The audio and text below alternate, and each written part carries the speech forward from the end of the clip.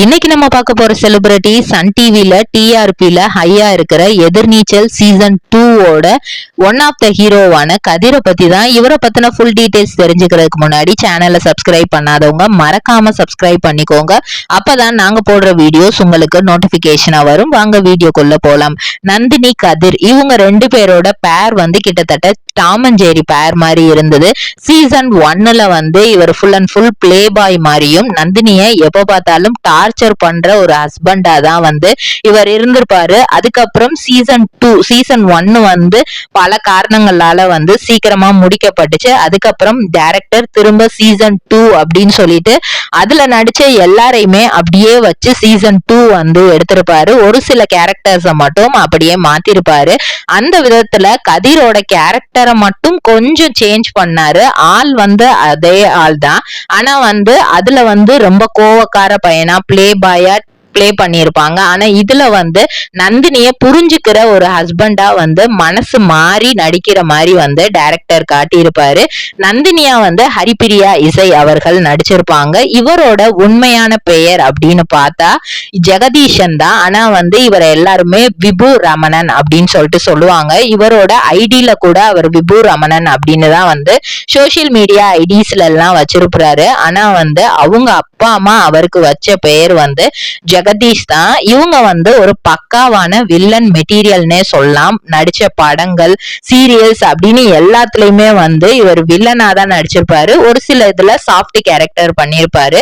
இவரு 1989 பிப்ரவரி மாதம் 15 ஊட்டியில பிறக்கிறாரு. அங்க ஊட்டி குளிர்ல இவருக்கு அந்த ஹீட் அப்படிங்கறது பெருசா இவர் எக்ஸ்பீரியன்ஸ் பண்ணதே கிடையாது. ஸ்கூலும் அங்கதான் பண்றாரு, காலேஜும் அங்கதான் படிக்கிறாரு. சோ படிச்சு முடிச்சுட்டு ஒரு வாய்ப்புக்காக தான் அவர் சென்னை வராரு. சென்னைக்கு வந்தப்போ ஃபர்ஸ்ட் அவருக்கு ஒத்துக்கிறாம போனது இந்த கிளைமேட் தான். ஏன்னா அங்க இருக்கிற கிளைமேட்டுக்கும் இங்க இருக்கிற கிளைமேட்டுக்கும் டோட்டல் ஆப்போசிட்டா இருக்கும். அதனால அவருக்கு ஃபர்ஸ்ட் இந்த இதை ஏத்துக்கிற அங்க இருக்கிறது அந்த சிச்சுவேஷனை அவர்னால பேலன்ஸ் பண்ணவே முடியல.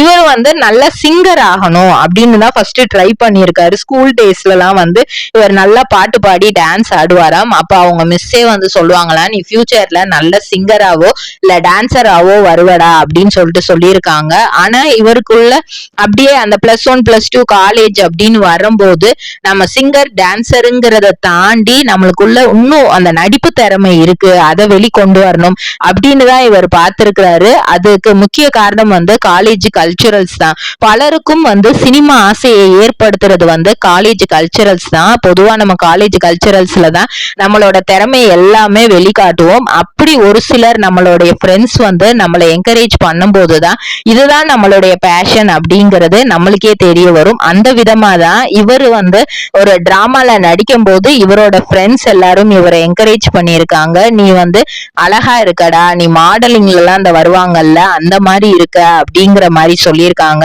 ஏன்னா இவரும் கலரா நல்லா அழகா இருப்பாரு. அதனால இவருக்கே ஒரு இது, சோ நம்ம மாடலிங் பண்ணா நல்லா இருக்குமோ அப்படின்னு சொல்லிட்டு வீட்டுல அப்படியே அந்த ரேம்ப் வாக் எல்லாம் நடந்து பாக்குறது, அந்த கேட் வாக் மாதிரி பண்றது, இந்த மாதிரி நிறைய விஷயங்கள் இவரே ட்ரை பண்ணியிருக்காரு.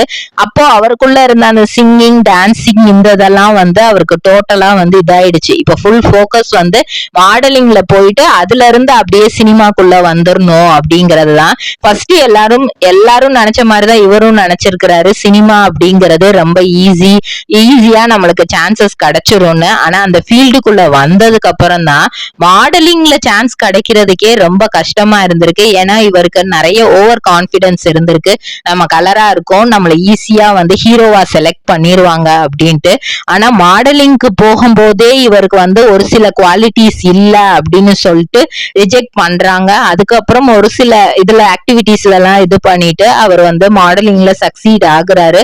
அதன் மூலியமா நிறைய ஆட் ஷூட்ஸ் எல்லாம் கிடைக்குது. 2011 அண்ணாதுரை அப்படிங்கிற ஒரு படத்துல நடிக்கிறாரு. சின்ன ரோல் தான், ஆனாலும் அதை பெஸ்டா பண்றாரு. அதுல மக்கள் மத்தியில அவர் தெரிஞ்சாரா அப்படின்னு கேட்டா அப்பயும் ரீச் ஆகல. அதுக்கப்புறம் உதயநிதி ஸ்டாலின் நடிச்ச ஒரு கல் ஒரு கண்ணாடி அப்படிங்கிற மூவில அஸ்வின் அப்படிங்கிற ஒரு ரோல் பண்ணிருப்பாரு. பலருக்கும் அந்த படத்துல இவரை நோட்டீஸ் பண்ணிருக்க மாட்டாங்க. கன்ஷிகாவை லாஸ்டா மேரேஜ் பண்றதுக்கு மாப்பிள்ளையா இவர் இருந்திருப்பாரு. ஆர்யாவும் இவர்கிட்ட தான் வந்து பேசுவாரு, உனக்கு இந்த பொண்ணா அப்படிங்கிற மாதிரியான ஒரு ஸ்கிரிப்ட் வந்து கொடுத்திருப்பாங்க. லாஸ்டா ஒரு சின்ன ரோல் அது மட்டும் தான் பண்ணிருப்பாரு. அதுக்கப்புறம் அடிமேலம் அப்படிங்கிற ஒரு படத்துல பண்ணிருப்பாரு. அதுக்கப்புறம் சரி சீரியல் சைடு போவோமே அப்படின்னு சொல்லிட்டு தான் சரி, ஏன்னா வந்து படத்துல வந்து பெருசா நம்ம ரீச் ஆக முடியல, நம்ம நினைச்ச ரீச் வந்து படத்துல கிடைக்காது, ஃபேஸ் வந்து யாருக்குமே நம்ம ஃபேஸ் வந்து தெரியல.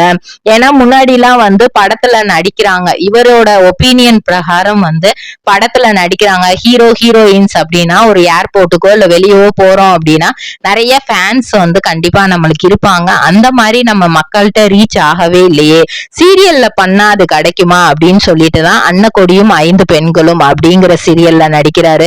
கல்யாண பரிசு சீரியல்ல நடிக்கிறாரு. சன் டிவில டெலிகாஸ்ட் ஆன அழகு அப்படிங்கிற சீரியல்ல நடிக்கிறாரு. இதுல வந்து ரேவதி, நடிகை ரேவதிக்கு பையனா பண்ணிருப்பாரு. ரவி சுதா, இவங்க 2 பேரோட பேர் வந்து ரொம்பவே சூப்பரா இருக்கும். இதுலதான் வந்து அவர் வெளியே தெரியவே ஆரம்பிச்சாரு, நல்லா வெளியே தெரிய ஆரம்பிச்சது இந்த சீரியல்ல தான். ரேவதி வந்து இவங்கள வந்து தன்னோட பையனாவே, ரியல் லைஃப்ல நம்மள ஒரு பையன் இருந்தா எப்படியோ அதே மாதிரி ட்ரீட் பண்ண ஆரம்பிச்சுட்டாங்க.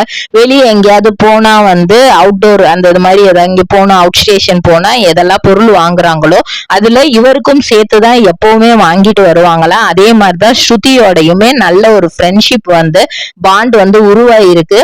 இவர் வந்து அந்த எதிர்நீச்சல் சீரியல்ல காட்டுற மாதிரி அந்த பிளே பாயா வந்து நிஜத்துல வந்து இருக்க மாட்டாரு. இவர் வந்து எப்படி வில்லன் மெட்டீரியலா காட்டுறாங்களோ அதே மாதிரியே இவருக்கு கோவம் அதிகமா வருமா, சாஃப்ட் நேச்சர் உடையதான். ஆனா வந்து கோவம் வந்துருச்சு அப்படின்னா யாருனாலையும் இவரை கண்ட்ரோல் பண்ண முடியாதா, அந்த அளவுக்கு கோவம் வருமா. அதை இப்போதான் கொஞ்சம் கொஞ்சமா கண்ட்ரோல் பண்ணிட்டு வராரா. இவங்களோட எதிர்நீச்சல் சீரியல்ல வர எல்லாரோடையுமே ரொம்ப ஃப்ரெண்ட்லியா இவர் வந்து மாறிட்டாரு. அந்த அழகு சீரியல்லே வந்து நிறைய எக்ஸ்பீரியன்ஸான ஆர்டிஸ்ட் இருந்ததுனால அதுல இருந்து நிறைய விஷயங்கள் கத்துக்கிட்டு சின்ன சின்ன நுணுக்கங்களை கூட கரெக்டா வந்து பண்ணிருக்காரு. எதிர்நீச்சல் சீசன் 1லயுமே பெஸ்டா பண்ணிருப்பாரு. அவருக்கு நெகட்டிவ் ரோல் கொடுத்தாலும் அந்த ரோலையுமே வந்து அக்யூரேட்டா பண்ணிருப்பாரு. என்னதான் ஹீரோ ஹீரோயின்ஸ் மக்கள் மத்தியில ரிஜிஸ்டர் ஆகுனாங்களோ இல்லையோ, நந்தினி கதிர் இவங்களோட பேர் வந்து மக்கள் கிட்ட நல்லாவே ரிஜிஸ்டர் ஆயிருச்சு. முக்கியமா கதிரை வந்து நிறையவே மக்கள் வந்து திட்டிருக்காங்க. திட்டினாலும் கூட மனசுல போய் பதிஞ்சிட்டாங்க அப்படின்னே சொல்லலாம். சோ இப்போ சீசன் 2ல வந்து கொஞ்சம் மனசு மாறி இருக்காரு. இருந்தாலும் அண்ணன் சொல்ற பேச்ச வந்து தட்டாத ஒரு தம்பியா தான் இப்பவும் அவரை காட்டுறாங்க. நந்தினி ஒரு சில விஷயங்கள் பண்ணும்போது இவரு அதுக்கு தடுத்து அதை எங்க அண்ணன் எப்படி சொன்னாரு அப்படிங்கிற மாதிரிதான் பேசிக்கிட்டு வராரு. 2 பேருக்குமான கான்வர்சேஷன் எப்பவுமே வந்து ஒரு டாம் அண்ட் ஜெரி அந்த இது பாக்குற மாதிரிதான் இவங்க 2 பேரோட கான்வர்சேஷனுமே இருக்கும். ஹரிப்பிரியா இசையும் வந்து ரொம்பவே பெஸ்டா வந்து இவருக்கு பேர் பண்ணிருக்கிறாங்க அப்படின்னே சொல்லலாம். இவருடைய ஃபேமிலியில அப்படின்னு பார்க்கும்போது அவருக்கு வந்து சப்போர்ட்டிவா தான் இருந்திருக்காங்க. ஸ்டார்டிங்ல அவங்களுக்குமே கோபம் இருந்திருக்கு, எதுக்கு உனக்கு இந்த தேவையில்லாத வேலை அப்படிங்கிற மாதிரி நிறைய கேட்டிருக்காங்க. இருந்தாலும் ஆம்பளை பையன் அப்படிங்கறதுனால என்ன சொன்னாலும் கேட்கவும் மாட்டான், சரி ஓகே உன்னோட விருப்பப்படி நீ பண்ண அப்படிங்கிற மாதிரி அவங்களும் விட்டுட்டாங்களாம். ஆனா இப்போ அதை நினைச்சு ரொம்பவே பெருமைப்படுறாங்களாம். எதிர்நீச்சல்ல இவங்க நடிக்கிறது, இவங்களோட டேலண்ட பார்த்து சந்தோஷமா தான் இருக்கு அப்படின்னு அவங்க ஃபேமிலி சைட்ல இருந்தும் சொல்லியிருக்காங்க.